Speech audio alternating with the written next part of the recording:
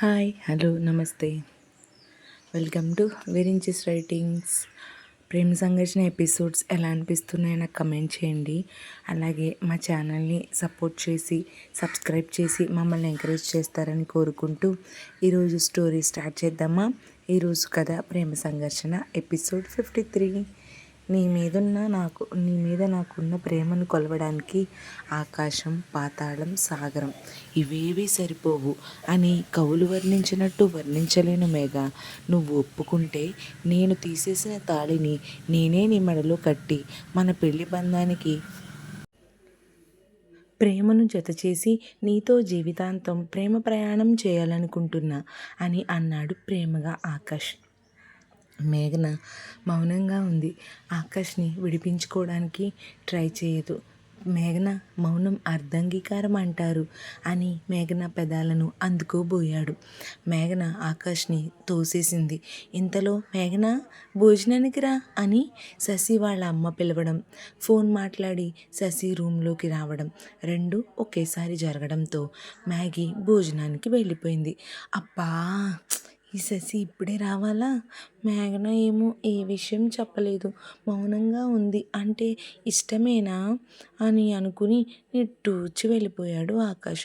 ఉదయం శశి రెడీ అవుతుంటే శశి వాళ్ళ అమ్మ, ఈ రోజుకి మీ ఇంటర్న్షిప్ వర్క్కి సెలవు పెట్టవే, ఇంకో 2 రోజుల్లోనే కదా నానమ్మ తాతయ్యలది షష్ఠి పూర్తి, ఇదివరకులా ఒక్కదాన్నే సర్దుకుని క్లీన్ చేసుకోలేకపోతున్నాను, కొంచెం సాయం చేయవే శశి అని అన్నారు శశి వాళ్ళ అమ్మ.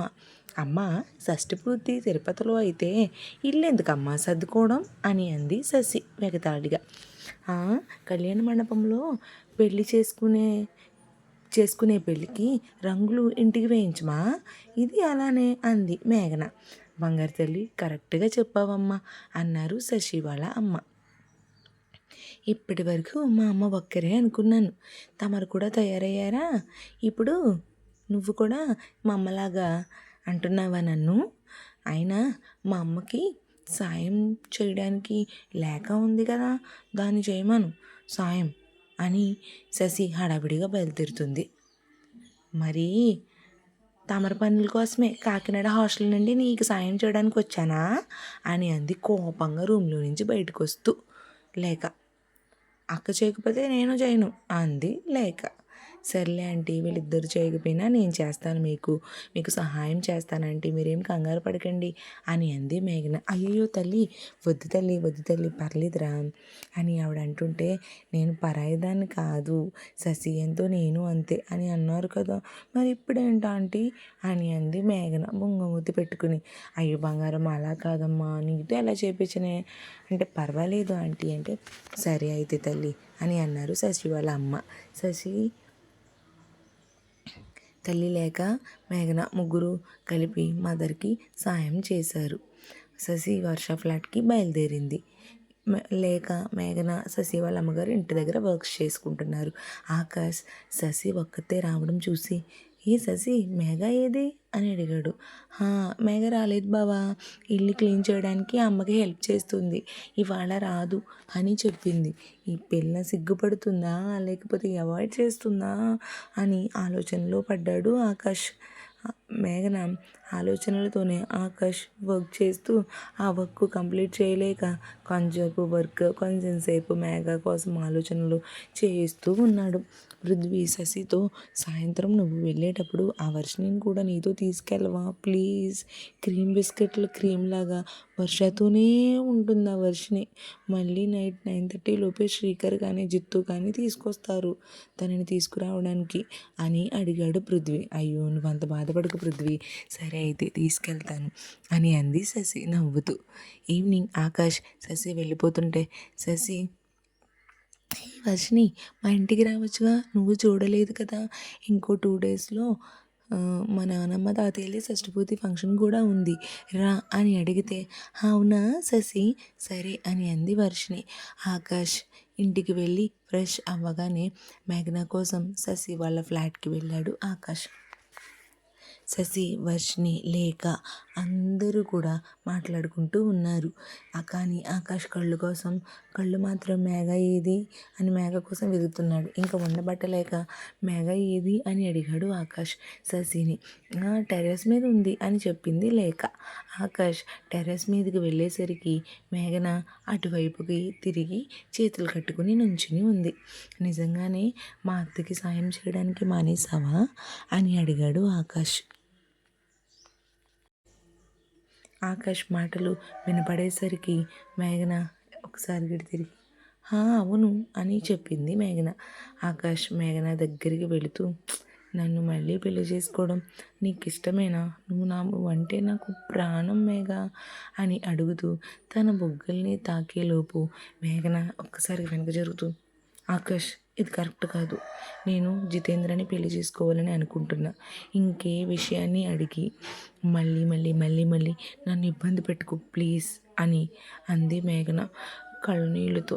మేఘనని చూడగానే ఆకాష్కి బాధ వేసి ఇంకా ఏమీ మాట్లాడకుండా మౌనంగా కిందికి వెళ్ళిపోయాడు ఆకాష్. శ్రీకర్ వర్షిణిని తీసుకువెళ్ళడానికి వచ్చాడు. వర్షిణి అందరికీ బాయ్ చెప్పి లోపలికి వెళ్ళి మ్యాగీ నేను వెళ్తున్నానని చెప్పి ఈలోపు శ్రీకర్, శ్రీలేఖ చూపులతో మౌనరాగాన్ని పలికించే ఇరువురు హృదయాల్లో ప్రేమ సరిగమలు నింపుకున్నారు. వర్షిణి, శ్రీకర్ ఇంటికి వచ్చేటప్పటికి వర్ష, పృథ్వీ వాళ్ళు డిన్నర్కి ఐటమ్స్ అన్నీ టెర్రస్ మీదకి తీసుకెళ్తున్నారు. ఏంటి ఈరోజు కొత్తగా డిన్నర్స్ ఐటమ్స్ అన్నీ టెర్రస్ మీద తీసుకెళ్తున్నారు అని అడిగింది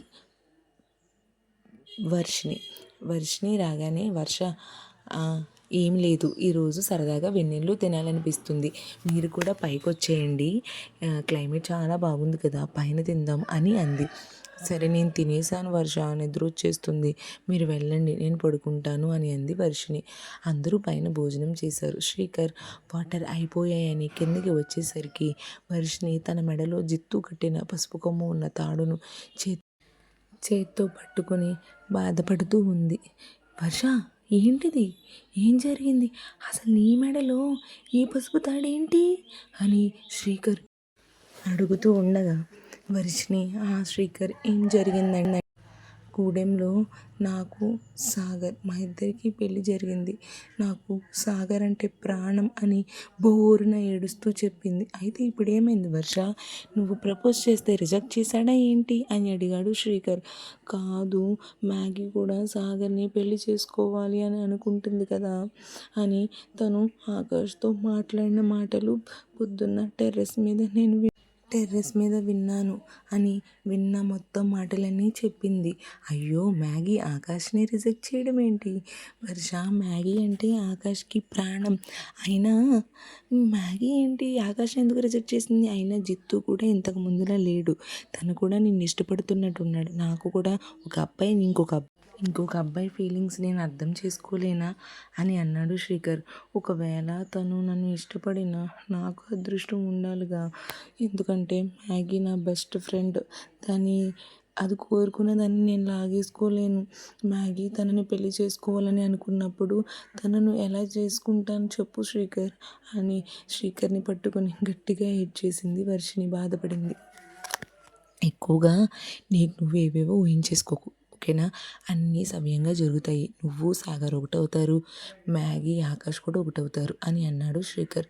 ఇంకేం జరుగుతాయి, మ్యాగీ క్లియర్గా చెప్పింది సాగర్ని పెళ్లి చేసుకోవాలి అని అనుకుంటున్నా అని, బాధపడుతుంది, ఏమో నాకు అర్థం కావట్లేదు అని అంది. అయ్యో బాధపడకు వర్ష, దేవుడు ఎప్పుడు ఎవరికి ఎలా ముడివేస్తాడో చెప్పలేము, ఆకాష్ మ్యాగీ పెళ్లి చేసుకుంటారని కానీ, లేకపోతే నీకు జితేంద్రకి ఇలా గూడెంలో పెళ్లి జరుగుతుందని కానీ, నువ్వు కానీ నేను కానీ, అంతెందుకు మన బ్యాచ్లో ఎవరమైనా అనుకున్నామా ఇలా జరుగుతుందని, అనుకోలేదు కదా, ధైర్యంగా ఉండు, నా మాటలు పెట్టుకో, మీ ఇద్దరు కలుస్తారు అని చెప్పి వెళ్ళిపోయాడు.